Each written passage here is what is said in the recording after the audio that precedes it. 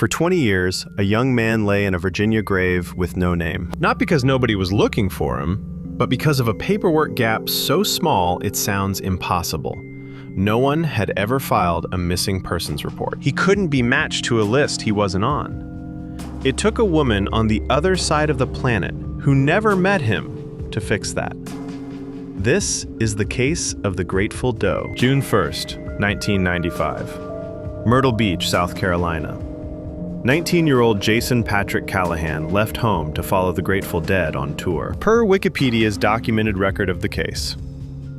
That was the last time his mother remembers seeing him. 3.5 weeks later, on June 26, 1995, near Emporia, Virginia, a vehicle carrying 2 young men ran off the road. The driver, 21-year-old Michael Hager, was identified almost immediately by his family.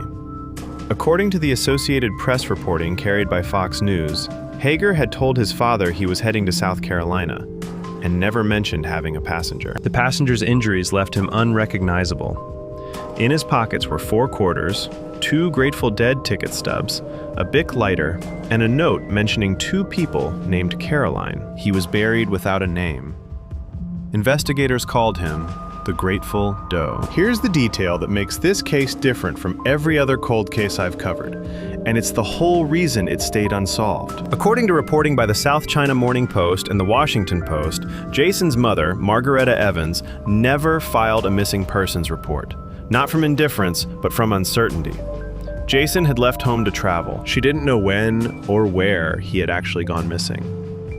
His half-sister later told the Associated Press that he was known to take off and was assumed to be living on his own. So think about what that means mechanically.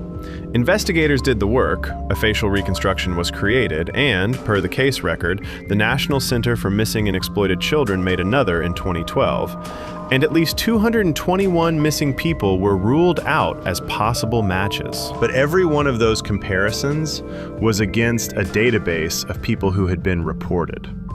Jason wasn't in it. He was invisible to the exact system built to find him. That's my thesis for this video. This case wasn't cold from lack of effort.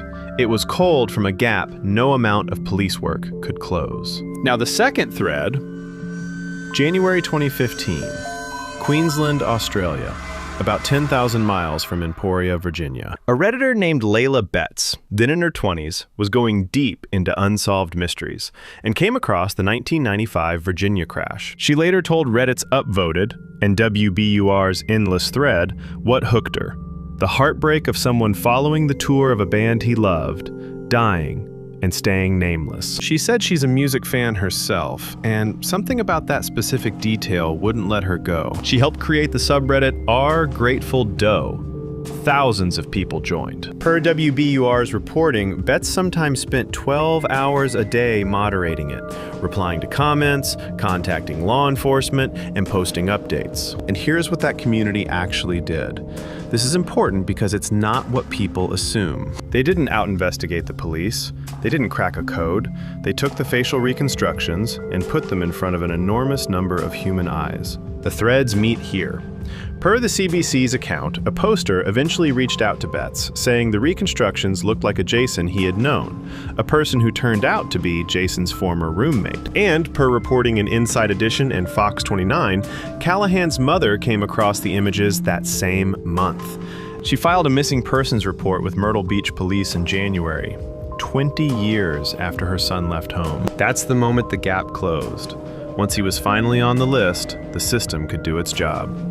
Family members, including his half-sister Shannon Michelson, submitted DNA. On December 9th and 10th, 2015, the Virginia Medical Examiner's Office and the National Missing and Unidentified Persons System confirmed it. The Grateful Doe was Jason Patrick Callahan. His half-sister told the Associated Press that she was relieved and sad at once, glad it was solved, but grieving a reconnection that would never happen. Layla Betts put it best, speaking to WBUR.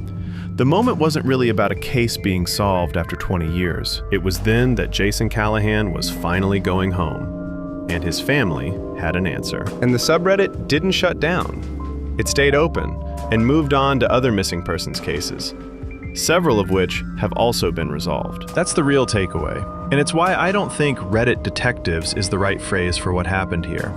Nobody out-detective anyone. What that community did was simpler and, honestly, harder to replicate through official channels. They made a nameless man impossible to scroll past. Sometimes the missing piece isn't evidence, it's an audience. If stories like this matter to you, subscribe. Every week we cover a case where ordinary people change the outcome.